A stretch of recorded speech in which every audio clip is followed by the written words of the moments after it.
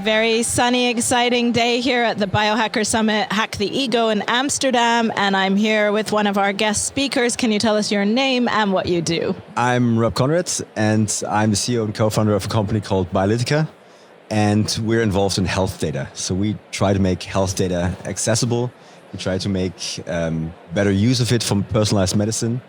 And we work with lots of doctors and clinics to really have a platform that integrates all the amazing data that we have out there. Because we have so much data that we could use for better health and medicine and optimization, whether it's genomics, the pharmacogenomics, the wearable devices we're all wearing, nutritional data that we have, the microbiome data that we have. And so far, the issue with healthcare is that all the data is kind of stuck in silos. So you can't really do much with it. So our platform, our Nexus platform, brings it all together and provides a tool for these professionals to really personalize the patient or the client journey. Very interesting. So most of the people watching us are people who maybe want to learn what biohacking is. Can you tell, like a layman, what data means? What does their health data mean? What should they be thinking about it? What should they be doing with it? What should they be looking out for over the next 5 years? Sure.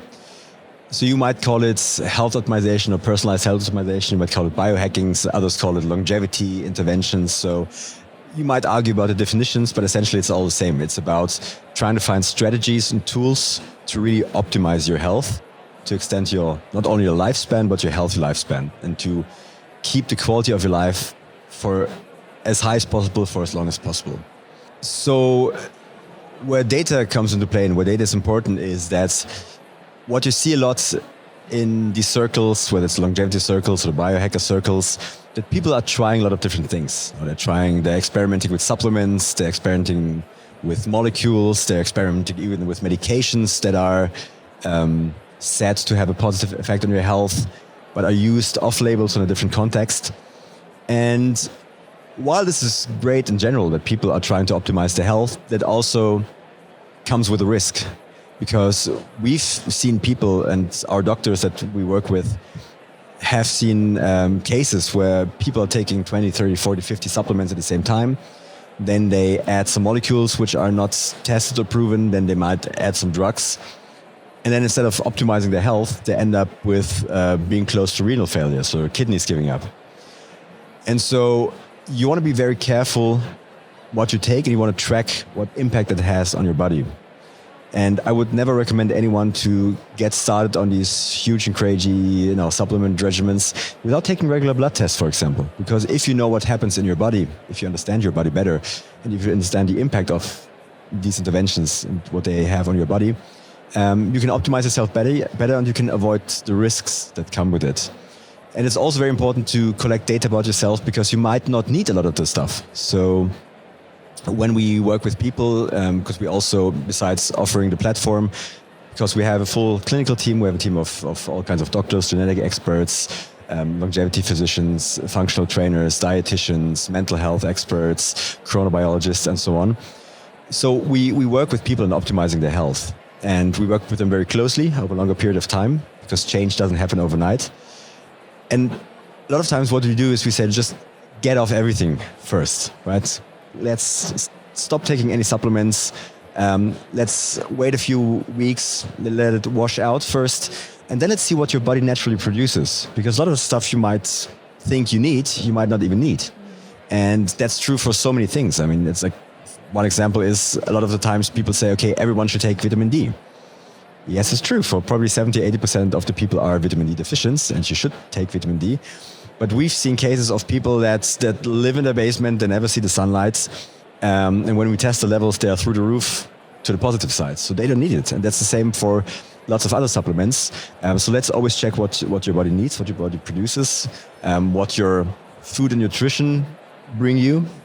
And then when we know that, then we can start optimizing. I think what you're saying is absolutely true. Like, there's no reason in the 21st century to be spending money on something you don't know. Like, you don't need to rely on doctors anymore to guess what they learned in school 15 years ago. You can literally test and know what is perfect for you. So is it software that you have, or what is it that you... So it is, our Nexus platform is a platform. Okay. So that's, it's a tool for clinics, for physicians, for health coaches.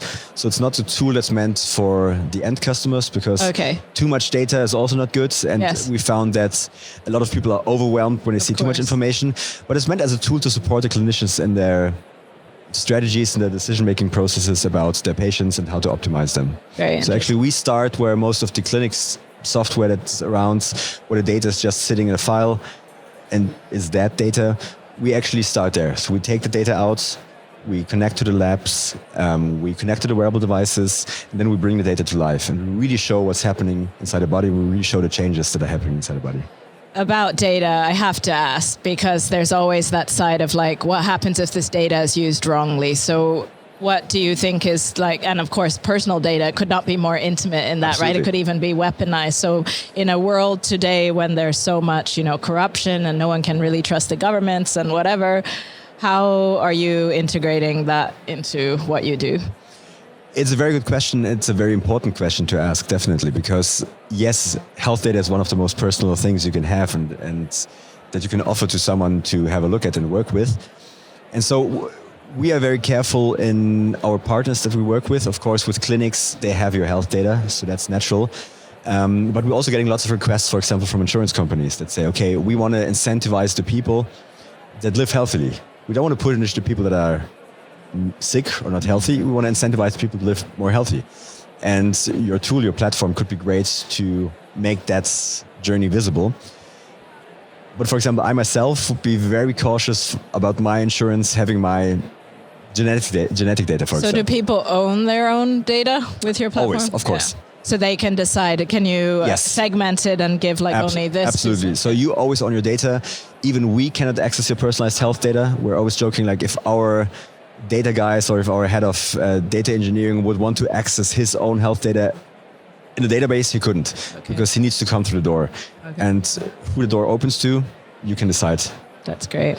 Thank you so much for being here with us. Thank you. Very interesting what you do.